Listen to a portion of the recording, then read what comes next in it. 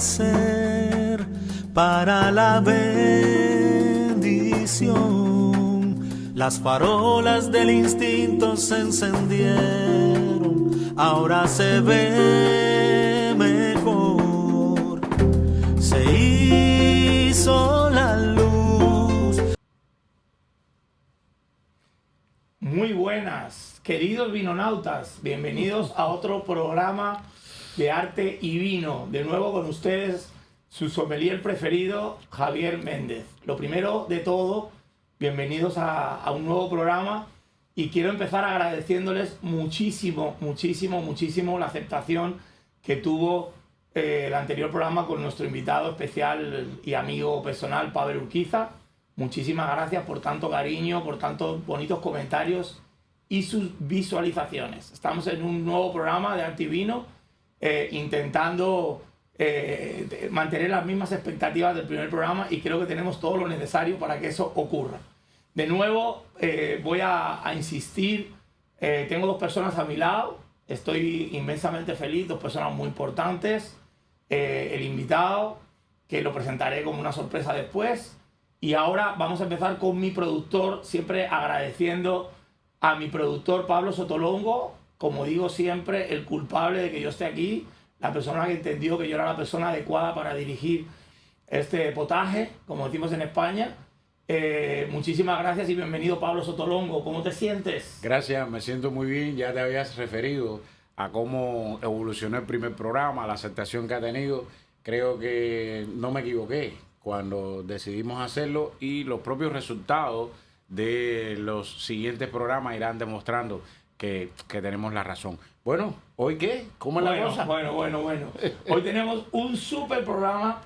Yo debería de pagar por hacer este programa, porque tengo la grandísima suerte de estar en el mundo que me gusta, que es el mundo del arte, y tengo la opción de traer invitados maravillosos, porque además son amigos, que eso me hace disfrutar muchísimo más. Hoy tenemos una persona que es un grandísimo...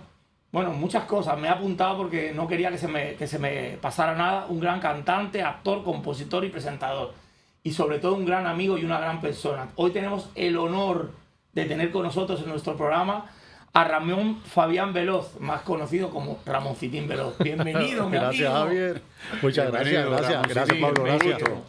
El placer es mío. Bueno, de más está decirte que cuando me dijiste ven, aquí estoy. Es una maravilla tenerte aquí. Gracias. De la cantidad... Bueno, esto vamos a tenerlo no como un programa, sino como si fuera una tertulia de amigos. Perfecto. Vamos, puedo quitar el saco y todo. Entonces. Todo lo que tú quieras. No te quites más cosas, que estás sofocado. Pero sí me gustaría que lo tomaras como una charla de amigos, con un recorrido un poco por tu vida artística, que es inmensa y grandísima. No, me has dado una cantidad de títulos ahí, actor, presentador, músico. Lo que quiero es... Yo no soy capaz de hacer todo eso. Y lo que quiero es que un montón de gente que te conozca y que haya visto otras entrevistas tuyas, que hay muchísimas, que hoy saque algo nuevo que no conozca de ti. Si conseguimos eso, vamos a ver. Yo me doy por satisfecho. Ramoncitín, nacido el 20 de enero de 1967. Exactamente, en el Vedado, La Habana, así mismo es. Mira, bueno, como te digo... cantante, actor, compositor y presentador. ¿Con cuál de estas cosas tú te sientes más identificado? Porque hay algunas que yo, por ejemplo, presentador a lo mejor no tanto, pero cantante y actor, ¿con cuál de las dos? Yo soy... A ver, yo Artista. siempre digo que... Bueno, es un título que te lo tienen que dar, no te lo tienes que ganar. Pero yo siempre soy de los que digo que una canción es una obra de teatro. Y una obra de teatro es como una canción. Tienes que estudiarlos, tienes que querer saber qué quieres decir con la interpretación tanto del personaje como de la canción. Y entonces para mí son muy paralelas, para mí van muy juntas. Y a veces hasta se unen en algún momento y después se vuelven a abrir. Pero son dos líneas que van juntas. Es muy interesante lo que me dices, porque nosotros, por ejemplo, que estamos muy, por nuestro trabajo, que nunca mencionamos aquí, que estamos muy acostumbrados a tratar con artistas, a veces nos pasa que aparece gente que canta espectacular, que tiene una voz técnicamente perfecta, todo perfecto, y sin embargo no te llega. Justo por lo que tú estás diciendo, ¿no? Porque no es lo mismo cantar que cantar e interpretar. Exacto. Entonces muchísimas veces eso... Ser intérprete es mucho, tienes que poner mucho de ti en cada tema que hagas, y cada tema hacer lo tuyo. Claro. Yo que compongo, prefiero cantar las canciones de otro que no las mías. Wow. Y no solo me pasa a mí, le pasa a muchísimos amigos. Y a muchos muy conocidos que tienen sus canciones que son hit parade durante años y de momento los ves en su show en vivo y cantan canciones de otros. Porque interpretan otra. Es meterte en la vida de otra persona. Es un poco involucrarte en ser otra persona. Es un poco loco también, pero bueno, los actores... Los artistas tienen ese punto de locura, si no podrían crear exacto. difícilmente Pero podrían te metes crear. en la canción y te haces esa historia, ese personaje eres tú. Sí, es muy importante. Hay gente que tú la ves que es muy fría a la hora de cantar y cantan espectacularmente bien, claro. pero sin embargo ves otra gente, mira, ha habido muchos casos famosos que no vamos a mencionar, de gente que tiene voces regulares o voces rotas y sin embargo llegan a la al gente público de una manera espectacular. Pero todo lo que me está diciendo es muy interesante porque si yo tengo bien mi información, Ramoncitín comienza la actuación a los 5 años en programas de televisión. De televisión. Ahí empiezo cantando y actuando. O sea, claro, viniendo de una familia, de unos abuelos, que creo que eran cantantes de música campesina. y gente muy conocida. Pero en Cuba. mi abuela era actriz y mi abuelo también era actor. Eso te iba a preguntar.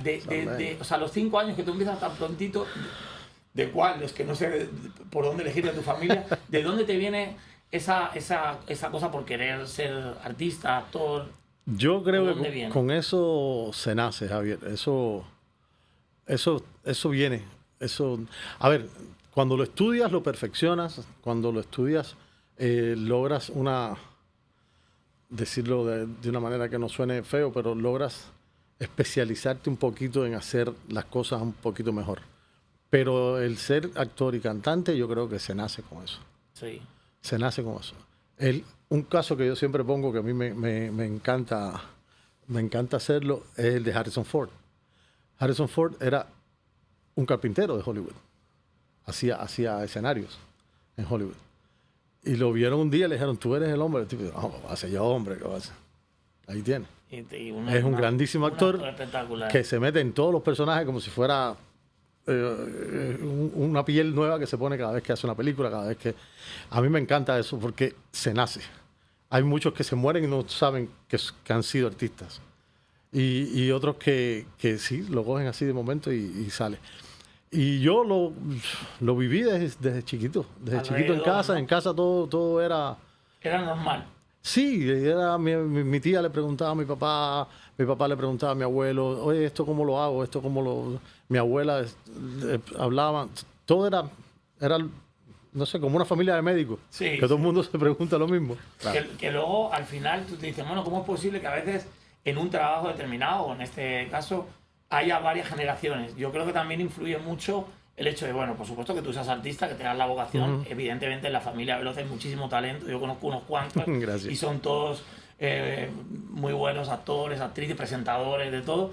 Pero yo creo que también el hecho de tenerlo cerca, a lo mejor hay gente que, como tú me decías de Harrison Ford, que lo ves y no lo sabe. Claro. O sea, también el tenerlo cerca te hace saber también sí puede ser, ¿no? Sobre todo te das cuenta que te atrae lo que estás viendo. Claro. Si no te atrajese, no sentías esa necesidad. Claro. Pero si tú ves a tu papá o a tu tía con un libreto en la mano diciendo un texto al espejo que tú dices, este hombre está loco, o sea, ¿de qué hace? Y eso, en vez de pensar, este hombre está loco, ¿qué está haciendo? Te quedas mirando y dices, wow, qué interesante. Ahí te vas dando cuenta de que te gusta. De que te gusta. Yo quise ser médico, ¿eh? ¿Médico? Yo quise ser médico. Sí, porque luego a veces... yo quise ser taxista y médico.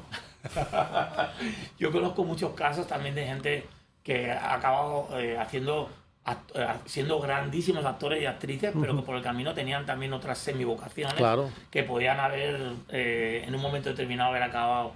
Pero las vocaciones se tienen, pero luego se trabajan, porque después tú te gradúas en estudios superiores de música y actuación en la Escuela Nacional de Arte. Exacto. Estudié en la Escuela Nacional de Arte y Música y en el Instituto Superior de Arte Actuación. Actuación, en los dos. En los dos. O sea, que la gente muchas veces cree que eso, pero hay una preparación detrás de eso. Un poquito, sí. Grande. ¿Cuántos años fue eso?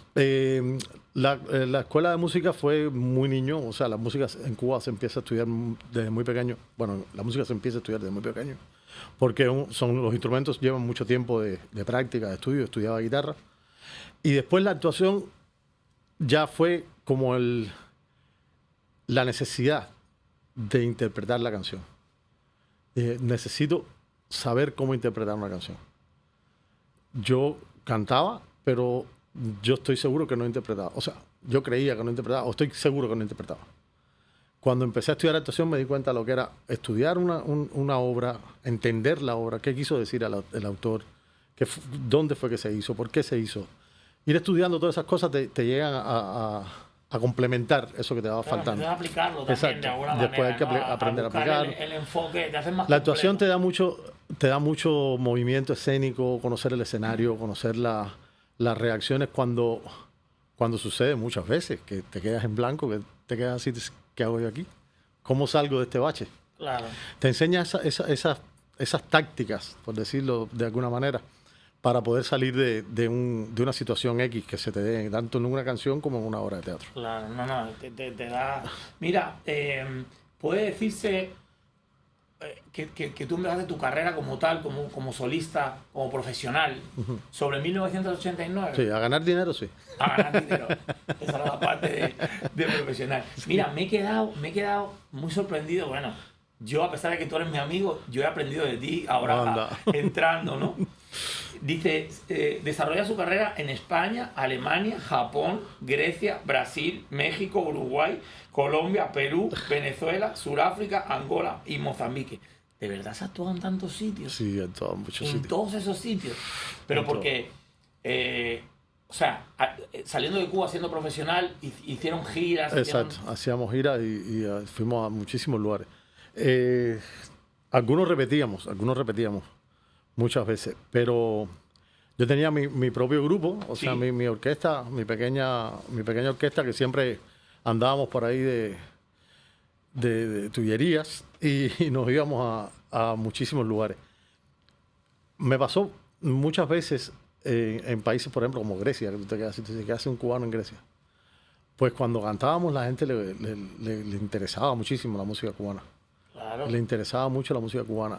A partir de ahí, bueno, Japón, ¿qué te puedo contar? Japón fue un espectáculo súper impresionante. Estuvimos 45 días recorriendo Japón y hicimos conciertos en 22 ciudades.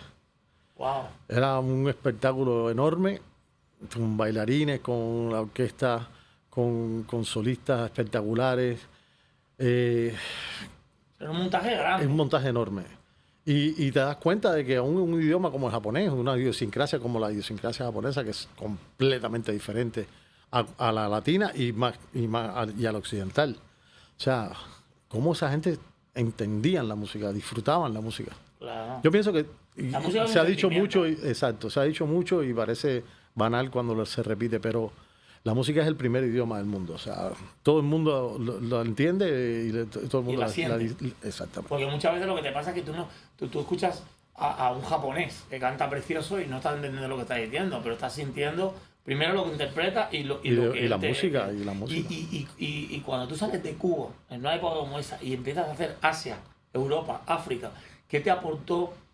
Ya olvídate, aparte de la parte artística, en la parte personal, a nivel de todo lo que tuviste ahí, de cultura, de cultura culinaria, de comida, de costumbres, de religiones, de qué te aportó toda esa cantidad de es un ajiaco enorme que se hace y en él te das cuenta de la necesidad que tienes de seguir creciendo como ser humano y que en un país como el que yo vivía era imposible.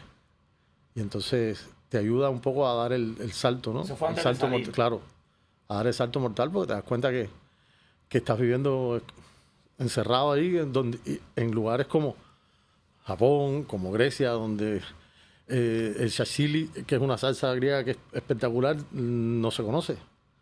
Básicamente porque no hay yogur para hacerla. Entonces es complicado. Ahora da risa, pero es triste, es triste. Claro. Muchas comidas, muchos sabores, muchos vinos que no se conocen y la gente no tiene la posibilidad de disfrutarlo. Y yo soy un sibarita, de verdad. Yo te digo, a mí me gusta la buena comida, tú lo sabes mejor que nadie, y me gusta el buen vino. Y ahí vamos a llegar, no te preocupes. También se toma vino malo cuando no hay malas épocas, ¿no? Pero yo creo que no hay ningún vino malo. No pero es cierto lo que tú me dices con respecto. Mira, hay muchísima gente que lo que pasa es que como que le quieren hacer ver que eso es lo único que existe. Claro, Cuando tú te abres, por eso yo creo que incluso viviendo en un país libre, yo creo que también es muy bueno viajar para ampliar un poco horizontes, la cabeza, que no se te cierre a las ideas. A veces tú, por ejemplo, mira, incluso en negocios, eso tiene que ser igual en arte, en música, pero incluso en negocios de hostelería. Muchísimas veces tú tienes un modelo, ¿no? Y te vas a Europa, o el de Europa viene aquí y dice, coño, pero... es diferente, esto es diferente, ¿no? Y yo creo que eso... Y no es que uno sea mejor que el otro, es que son distintos. Te aporta ideas. Es que son distintos. Te aporta ideas. Yo vine hace mucho tiempo ya, pero yo vine con una mentalidad que yo veo que con el tiempo he cambiado y la he adaptado más aquí, y de vez en cuando es necesario salir para...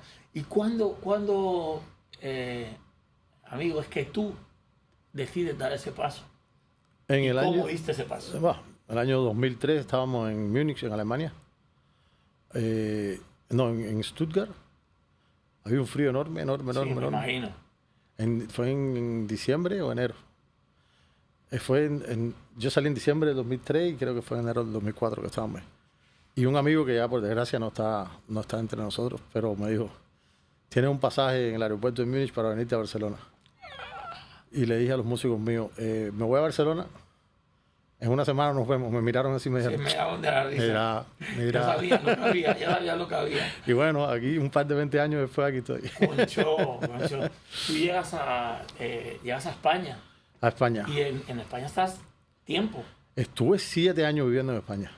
Pero ya no en Barcelona. Ya no en Barcelona, me fui a Sevilla, peor todavía. Ay, Dios mío. No, en España aprendí 2 cosas muy malas, cortar jamón y beber vino. Ay. No, y tú en Sevilla, con el carácter tan serio que tienes, y lo que te cuesta relacionarte, yo no sé cómo tú sobreviviste a eso. Me encantó Sevilla. Porque yo siempre se lo digo a la gente, y mucha gente me critica, pero yo lo digo de corazón. Yo extraño más Sevilla que La Habana.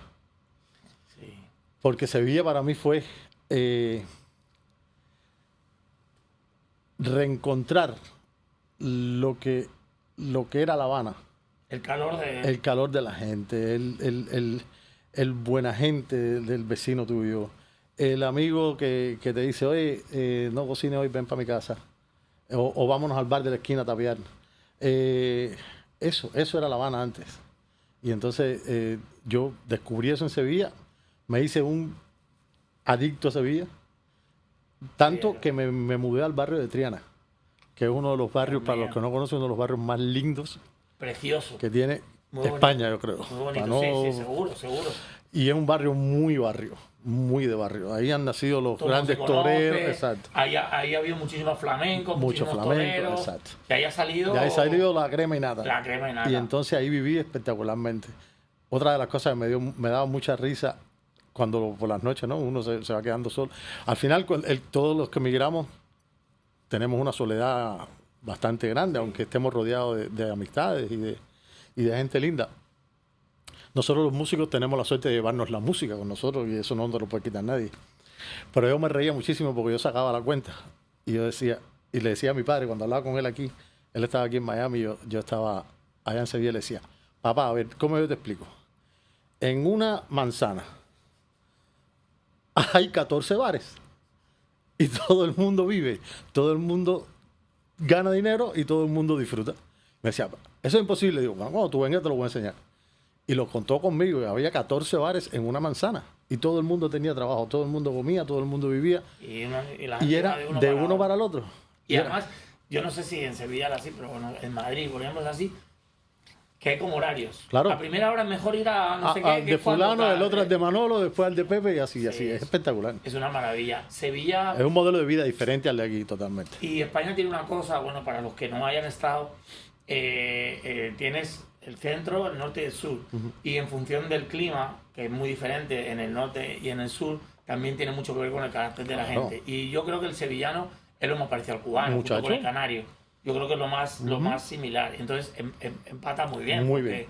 Yo tengo a mi hermano pequeño que vive en Marbella. Imagínate tú. Y cuando se fue a vivir, me decía, a ver, ¿cómo te explico yo? Mira, te voy a explicar cómo es esto.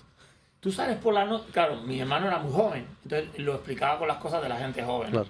Me decía, yo salgo en Valencia y estoy por la noche en la discoteca y piso a alguien sin darme cuenta, yo le piso y me busco una pelea. Sí, claro. Dice, yo salgo en Sevilla y piso a alguien por la noche, o en Marbella, o en Málaga, y termina me busco un amigo. Te busca. Entonces acabo en la barra. Termina en la barra tomando, hablando. picando, Exacto, oye, Quillo, me has pisado, eso te va a costar una cerveza. Exacto. Y al final, y eso es un poco la idiosincrasia del andaluz, que no es, dentro de los españoles, el prototipo del más trabajador de todos, pero sí, desde luego, Tú sabes que discrepo con eso. Sí. Discrepo en eso contigo. mira, me va a encantar que me des En una... todo ese tiempo que viví allí, conocí muchísima gente muy currante.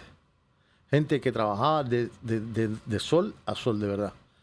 Tanto trabajos duros como trabajos de oficina, como trabajos de bares. Por ejemplo, tú que eres hostelero sabes lo que es estar atrás de una barra. Ujú. Yo conocí a una señora, María Luisa, una amiga, que estaba en una barra desde las 3 de la tarde hasta las 3 de la mañana.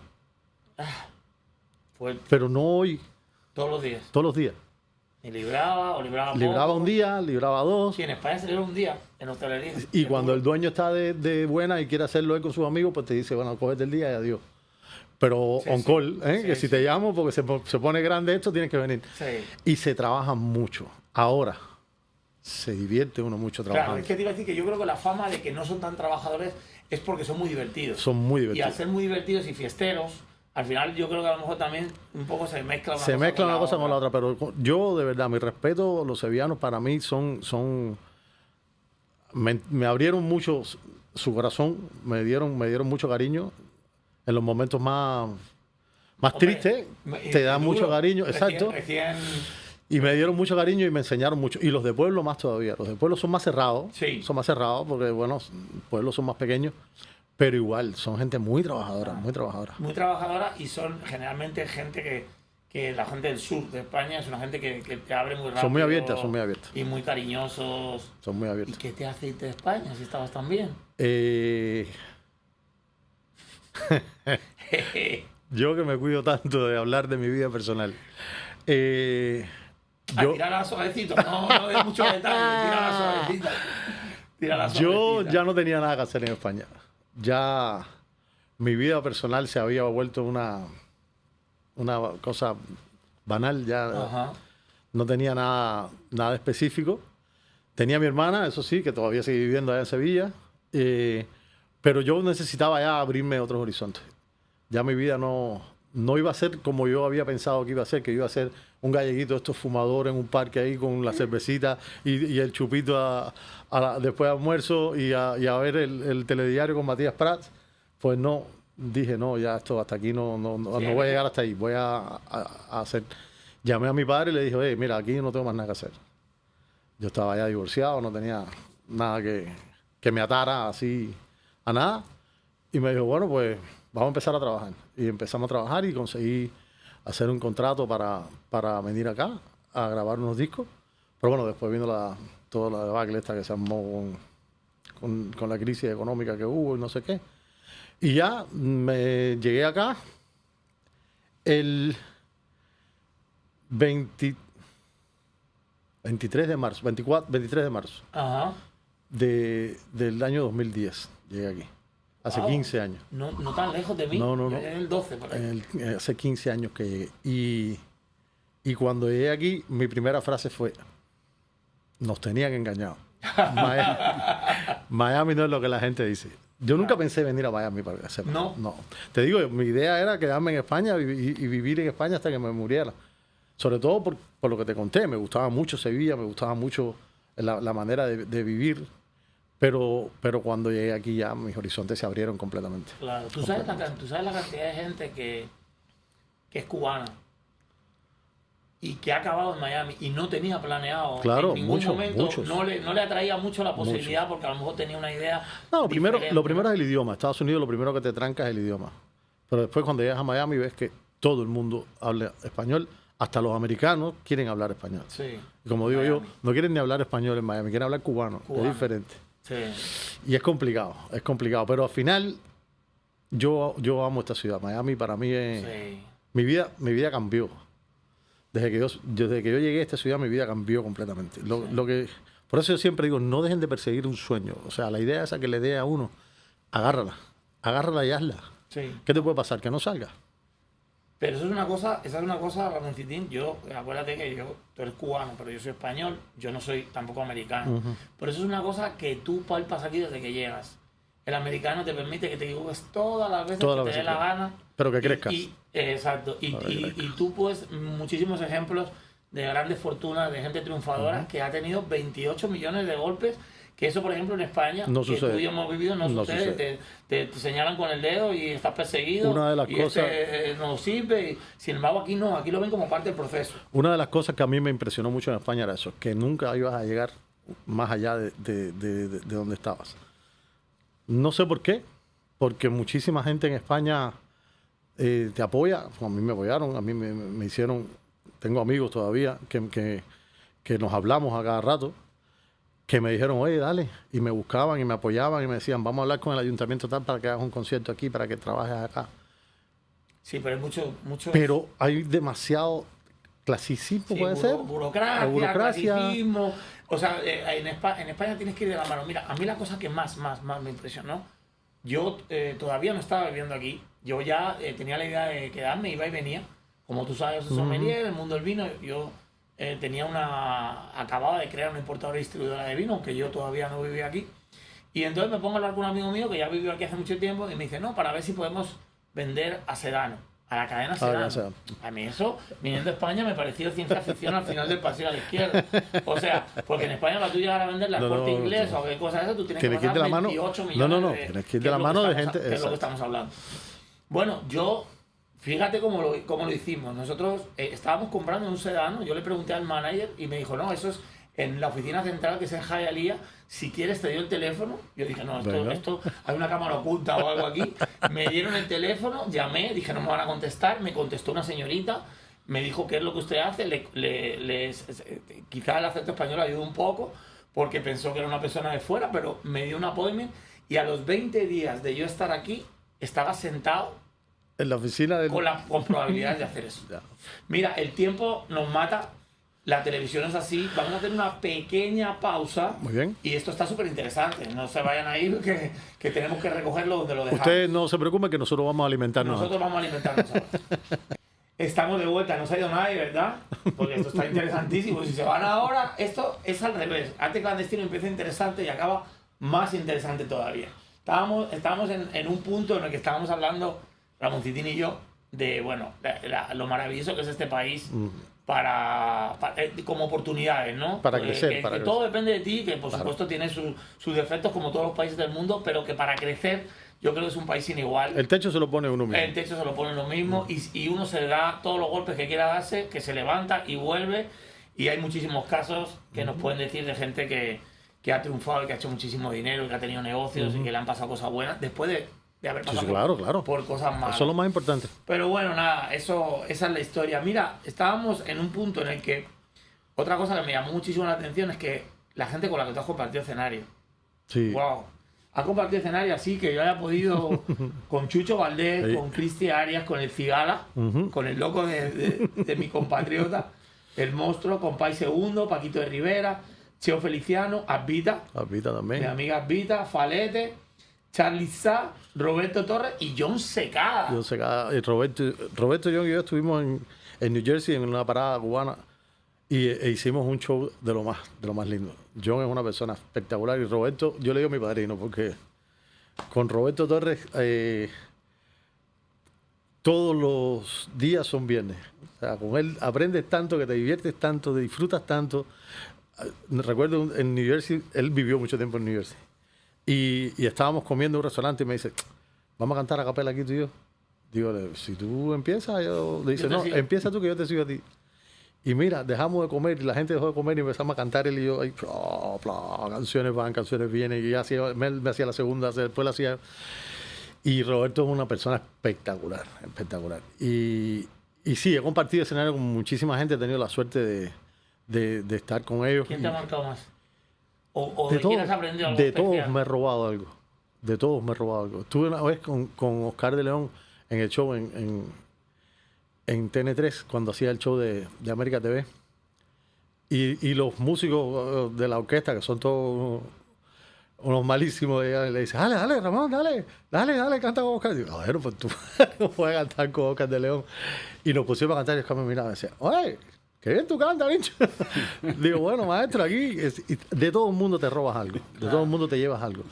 La profesión nuestra es de eso, es de mirar a los demás y tratar de aprovechar cualquier resquicio de talento, que puedas llevarte, te va a servir a ti. Claro. Y ellos hacen lo mismo. O sea, todos los que estamos en este mundo, tratamos del que tenemos al lado, qué podemos tomar para nosotros. De hecho, te sorprendes porque muchísimas veces yo he hablado con grandísimos artistas, con Albita y con otra gente, y me río porque hablo con ellos y de repente les hablo de un joven y me dice, ¡ay, ese es buenísimo!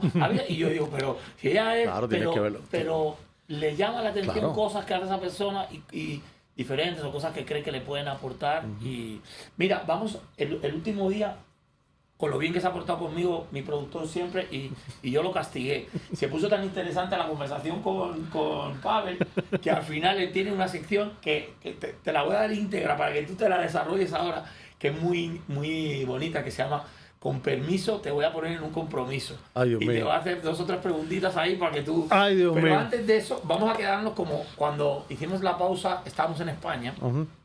Tú has dicho algo que a mí me interesa mucho, porque acuérdate que al final yo soy sommelier y el programa es Artivino. Cuando tú llegaste a España te diste un gran aficionado al vino Y a jamón. y al jamón. Porque aparte, bueno, jamón en esa parte, No. el jamón es En espectacular. Huelva, o sea, ¿qué te puedo contar? ¿Qué te gusta? Que tú no ¿Vino sepas. tinto o blanco? Chicos, mira, primero fui de vino tinto. Yo en el año 97 hice una gira por Madrid. 97, 98, no recuerdo bien ahora.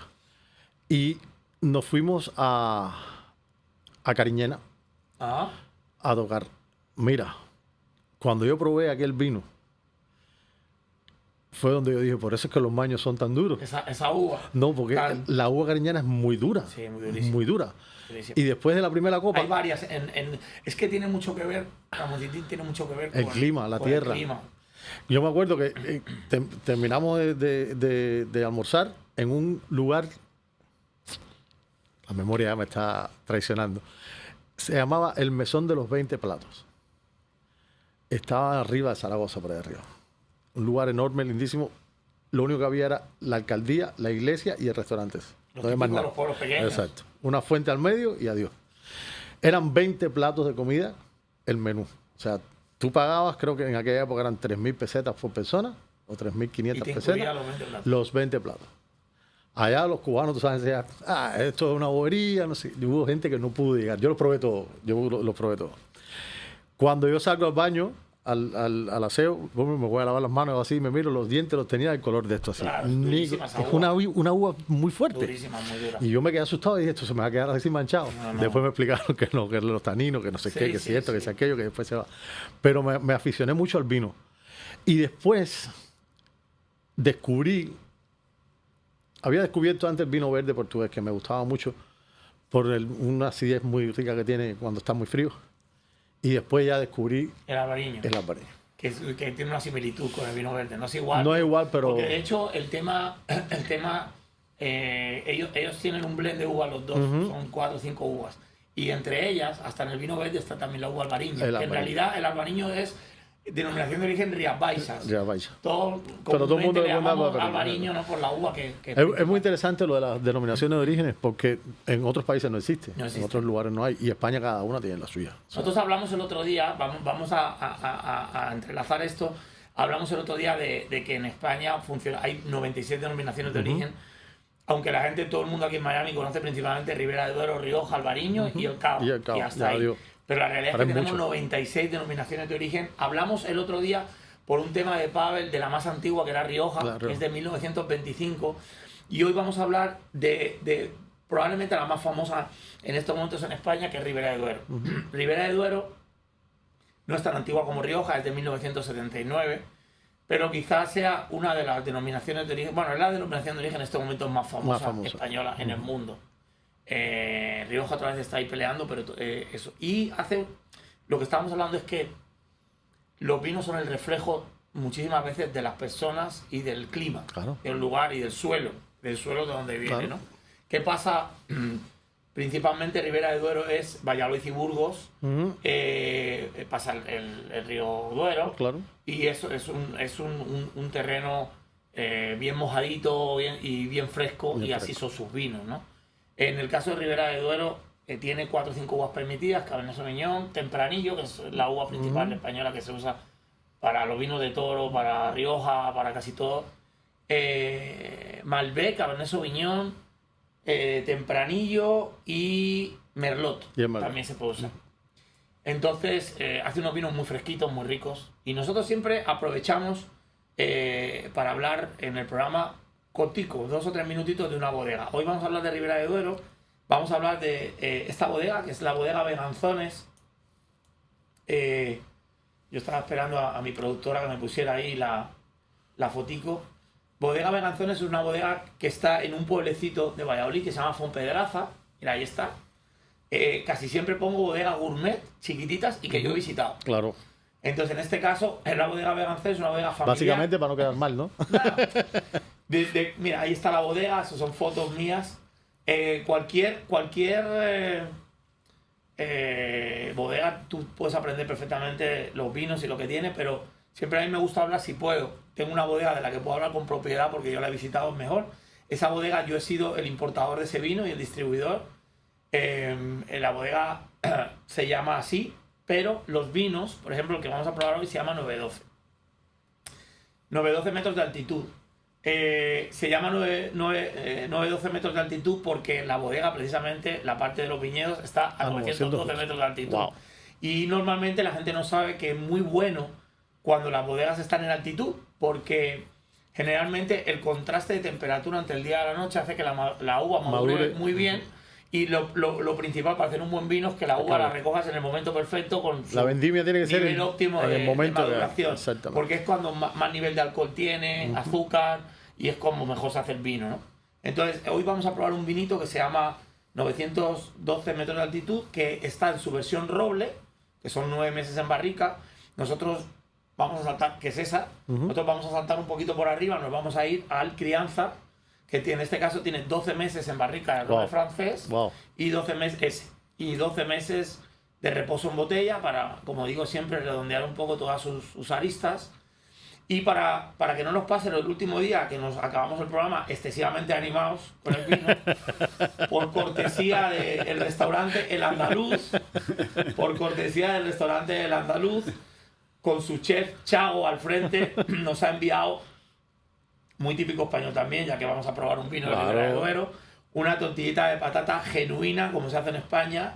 Gracias a nuestro chef Chago por enviarnos unas croquetitas de bacalao y una tortilla típica española para ir acompañando con el vino y no emborracharnos. Yo creo, mi amigo, que si te parece bien, don Pablo, gracias, yo creo que vamos a brindar por la gran Muchas por gracias. la salud y por Muchas la gran gracias. suerte. Muy amable. ¡Anda! Mira, Muy a ese amable. señor lo conozco yo. Ese tipo yo lo he visto por una vez. A ese señor lo conozco yo. O sea, usted ha visitado Andaluz también, por lo que veo.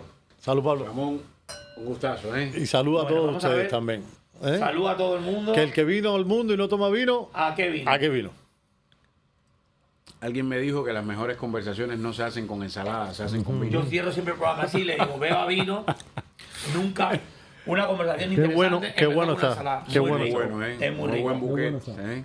100% tempranillo, 900 metros de altitud, 12 meses en barrica y 12 de reposo en botella. La parte de reposo en botella es casi tan importante o más que el tiempo que está en barrica, porque es lo que hace que el vino se asiente, es lo que te hace que no te dé tanto sabor a madera, que siga permaneciendo la madera en el vino, pero que esté más redondeada, que esté con menos aristas, con menos sabor a madera pura. Sí. Entonces, nada, como te digo, Ribera de Duero es una denominación de origen de las más antiguas, pero no la más, de 1979, hace unos vinos súper excelentes y bueno, muchísimas gracias a la gente del Andaluz por enviarnos esta comidita para seguir hablando. Yo creo, Pablo, que te toca. Sí. Te toca, con mira, permiso. te va a poner en un compromiso. Dios Sí, mira, mío. yo a manera de Espérate, introducción y de espérate, momento espérate, inicial. no, espérate, déjame tomar otra vez porque... Quita los cuchillos de ahí, los objetos perfilocortantes, no, una broma. Yo creo que hay algo muy importante en lo que ha estado transcurriendo, tanto en el otro programa como en este, que es conocer un poco de la vida de la gente que uno quiere, que uno ha aprendido a admirar a partir de los años. Somos más o menos de la misma generación y yo le comentaba a mi director de programa que te recuerdo en los programas infantiles, te recuerdo en los dramatizados, te recuerdo en la música y estar aquí es para mí un gusto y por eso es que un poco que me permanezco extasiado. Gracias, escuchando los detalles sobre su vida y la clase magistral del profe Ramoncín. Me voy con permiso, te voy a poner en un compromiso. Alabado. Eres uno de los miembros más visibles de una dinastía, tanto en la música como en la actuación, como en la televisión, incluso eres el único nieto varón de Ramón va a empezar el Guateque y de Coralia. Los recuerdo con mucha... Y eres también el único sobrino, el único primo. Y además, como profesional, aprecio, eres muy, muy serio, muy maduro, muy centrado. Mi primera pregunta es, ¿cómo es fácil llevar la responsabilidad que te he hablado, nieto de Coralia, nieto de Ramón, hijo de Ramoncito, Veloz, y además de eso, sobrino de Coralita, primo de Taimí? Me pregunto yo, ¿cómo llevas esa responsabilidad durante todos estos años de carrera profesional? Fácil no es. Fácil no es, porque de todas las personas que has nombrado, todas me han dejado el listón muy alto. A pesar de que mi prima también es más joven que yo, que mi hermana de 10 es más joven que yo, han dejado el listón muy alto. Entonces, cuando te ponen el listón tan alto, tienes que esforzarte más todavía. Por eso, fácil no es. ¿Orgulloso de ser Veloz? Sí. Orgulloso de ser Veloz, sí. Mi hijo, Hanoi, el otro día cantamos juntos y me quedé así como que... ¿Qué hago? ¿Qué hago? Porque ya yo soy un viejito.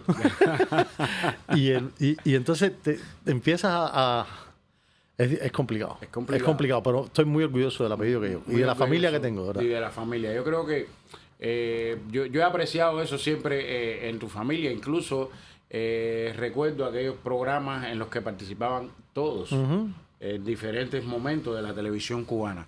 Está bien, me da gusto eso. También soy un tipo de familia. Te oí hablar de momentos en Cuba, salida de Cuba, cosas que aprendiste en el extranjero, cosas que llevas contigo. Mi pregunta, ¿deudas entre tú y Cuba? Ninguna. O sea, ni Cuba te debe, ni yo le debes a Cuba. Cuba me expulsó. Ya. Por tanto, no le debo nada. No le debes ni ella nada. me debe nada a mí. ¿Nostalgia? Siempre. Es muy triste tener que emigrar por culpa de una persona. Ya. Nostalgia te quedan siempre. Lo que pasa es que tampoco te queda nadie. A mí particularmente. Mis amigos o se fueron o se murieron. La gente que yo conocía, casi ninguno está en Cuba. O sea, que se viene dando una ruptura, no solo te pasa, claro, nos pasa a otros también. Claro. Se viene dando una ruptura, incluso habla con otros extranjeros, con gente de otros países y te cuestionan. Bueno, ¿cómo? No, porque solo hay que estar en Cuba para saber. Muy bien, yo te he visto hablar con mucha propiedad sobre los vinos españoles, lo has hecho con muy buen tino, con mucha inteligencia. Ahora, yo, en mi modesta experiencia, he visto que hay otras regiones, incluso de Europa, donde se producen buenos vinos. Digamos, Italia, Francia, si vienes a esta parte del mundo, Chile, Argentina, los propios Estados Unidos, con la zona de California. Tu experiencia con esos otros vinos, ¿no los consumes, no los has consumido, no te interesa? ¿Solo te interesa consumir vinos españoles? No. Aunque aquí...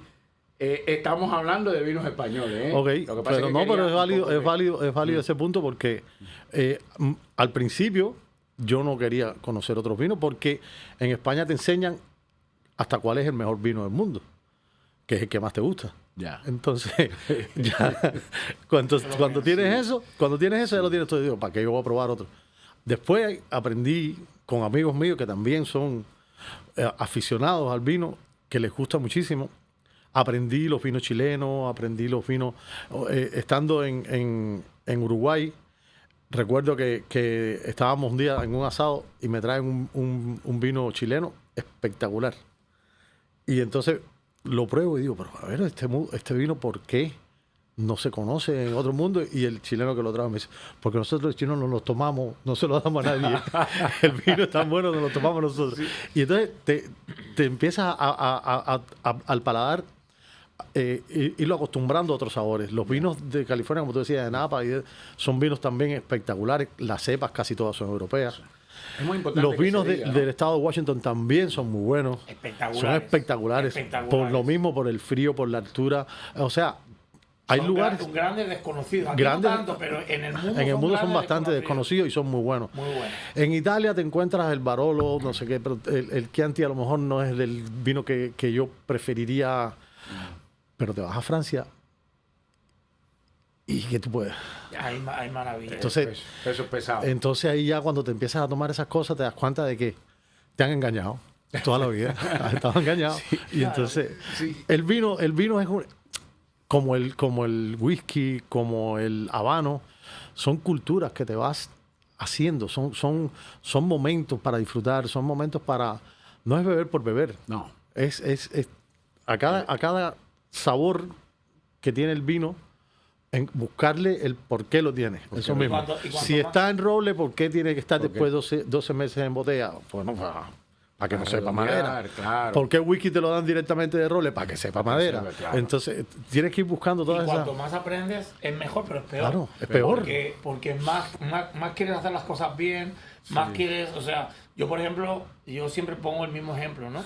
Yo hice sommelier en España, fueron 500 horas. Me imagino. Y probé vinos, o sea, estábamos en un nivel de cata altísimo, pero probamos vinos de básicamente España, Italia, algo de Francia y algo de Portugal.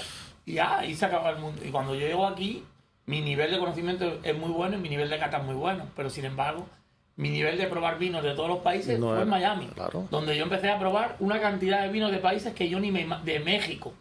Hay unos poquitos vinos en México que son una locura. Washington, lo que tú acabas de decir. Hay lugares que son muy desconocidos y que hacen auténticas maravillas. Maravillas. Sí, yo de todas formas quiero agradecer, ¿no? Porque la televisión no es solo para entretener, aunque ese es su elemento fundamental, es como surgió. Nosotros, quiero decir que nosotros estamos haciendo un tipo de televisión que no es tradicional. Nosotros estamos en internet, estamos en las diferentes redes sociales, estamos en Roku, estamos en Fire TV, estamos en Euforia, estamos en YouTube y que, como verás, no es solo televisión, es televisión y radio. Claro. Agradecer, reiterar que lo que hoy vamos a consumir, y este programa sale gracias al aporte de este restaurante que está muy vinculado con nosotros y que nos da algo para sustentar estas horas de trabajo, ¿verdad? Pero mira, fíjate algo curioso. Yo no había querido un poco involucrar al restaurante y el otro día, al salir de aquí, casualmente fui para allá y me dijo el chef, pero bueno, ¿cómo que ustedes están ahí con vino ahí y ustedes no comen nada? Ustedes van a emborrachar y es verdad, no, emborrachar no, pero a la hora en la que estamos haciendo la grabación, pues es verdad que picar con algo nos va... Sí, yo creo que la presencia del andaluz aquí le da un tono diferente. Además, también es vino, arte y gastronomía española. Bueno, por mi parte yo terminé, no sé, quería preguntarle a Ramón qué te parece el estudio, qué te parece espectacular, me parece latinísima.net. Me parece espectacular. Voy a hacerme seguidor de ustedes porque La televisión, como ustedes mismos acaban de decir, yo creo que está en sus últimos estertores. La televisión como la conocíamos. Sí, la televisión tradicional. La tradicional está en sus últimos estertores. Todo va a ir a las redes, todo va a ir a esta cosa maravillosa que es la Internet. Y hay que estar conectados. Hay que estar conectados para saber qué es lo que está pasando en el mundo y saberlo de buena tinta, que es lo principal. Porque después te empiezan a meter cuentos y a meterte bulo y uno no se entera de nada. Tú y yo del formato. Ahora, por ejemplo, es muy típico, aquí hay un formato completo para tú ver el programa completo en YouTube, pero luego tenemos los pedacitos, ¿no? Y es muy típico, yo lo hago, supongo que los demás también, que cuando algo veo, de entrada digo, esas dos personas me interesan, déjame ver un pedacito. Me interesa el pedacito, entonces de repente voy y busco la manera de ver el programa entero, ¿no? Yo creo que ese, hoy en día, a la velocidad que nos movemos, se vive, sí. Y mira, hay algo que a mí, por lo menos, me motivó a proponerle esta variante a Javier, que es que la gente tiene que ver cosas diferentes. Claro. Hoy las redes sociales están cargadas de cosas sin calidad, de programas, videos que no aportan valores. Y en cambio yo dije, ¿por qué no hacer un espacio? Hay público para todo. Donde podamos mezclar el arte y el vino y de ahí... Hay público para todo. Es que el vino básicamente, o sea, te lo digo yo, ¿no? Como que lo veo del lado del sommelier, es para nosotros, por lo menos es un arte. Es un arte. Al final, nadie se imagina la cantidad de trabajo que hay detrás de una botella, en el campo, los que tú que has vivido en sitios que has estado cerca de ese proceso, sabes que hay mucho trabajo. Por eso no hay dos vinos iguales, no hay dos formas de hacer vino de la misma forma. Se nota mucho el lugar donde se hace el vino, la cultura, el suelo. La enología ha crecido muy rápido en los últimos años. Hay muchos enólogos que ya son alquimistas, o sea, se buscan el punto ácido de la uva tal con la unión y logran un vino espectacular. O sea, hay vinos y no todos, que eso es algo que a mí me gusta disfrutar. Yo no soy mucho de tomar el mismo vino. Si tú ves la bodega mía, son diferentes vinos. A lo mejor hay 2 matarromeras, 3 matarromeras, hay 2 añejón. Sí, el que te gusta lo repites. Exacto, pero lo demás son vinos distintos. Variados. Y no todos son caros.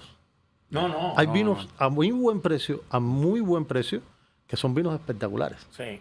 Lo que bueno, hay que saber que hay que destaparlo un momento antes, si tiene más de 10 años guardado, si no sé qué, para que respire el vino. La clave para tú poder tomarte vinos buenos que no sean tan caros, la clave es más bien, primero, conocer tu gusto. Claro. Y luego conocer un poco de vino. Algo. Y de hecho, si tú te fijas, para mí sería muy sencillo traer cada día al programa un vino conocido. Claro. Sin embargo, no hago eso. Claro. Lo que procuro hacer es que la gente se arriesgue a descubrir, se arriesgue a probar cosas nuevas, siempre en base a un conocimiento. Claro.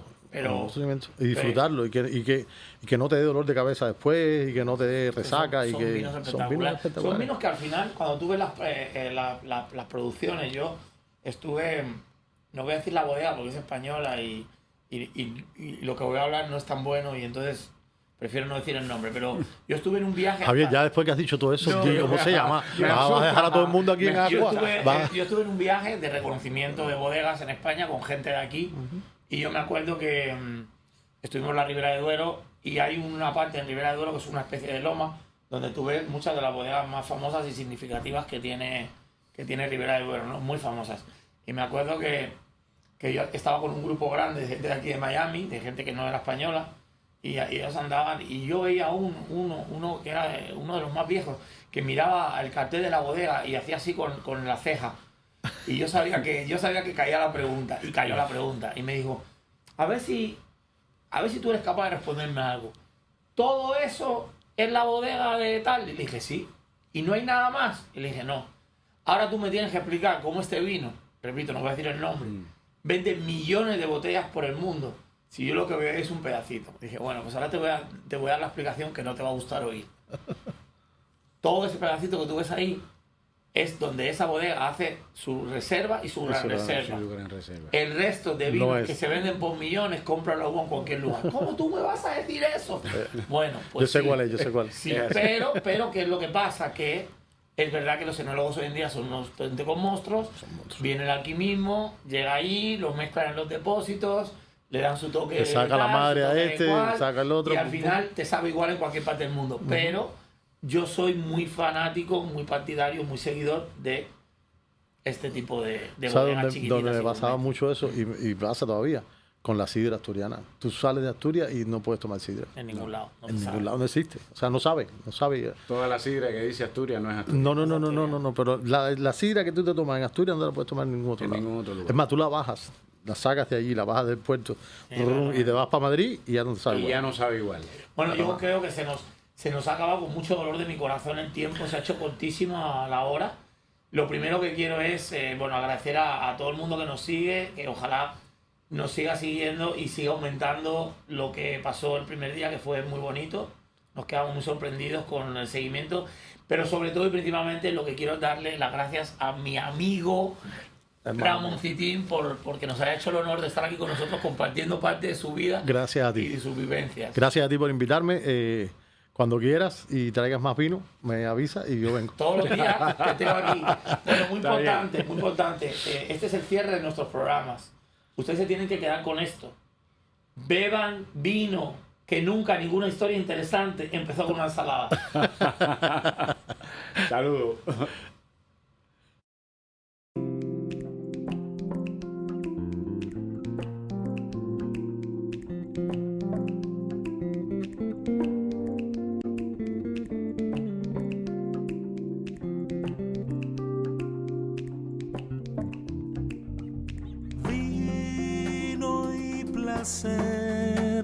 Para la bendición,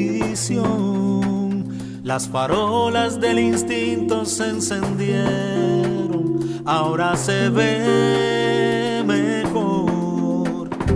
Se hizo la luz en tiempos complicados, y aunque el miedo traiga hiel, yo traigo flores para tender mis manos. Muchacha, tu silencio nos protege, tu sonrisa va marcando el rumbo. Muchacha, tu bondad tiene el poder de abrir todas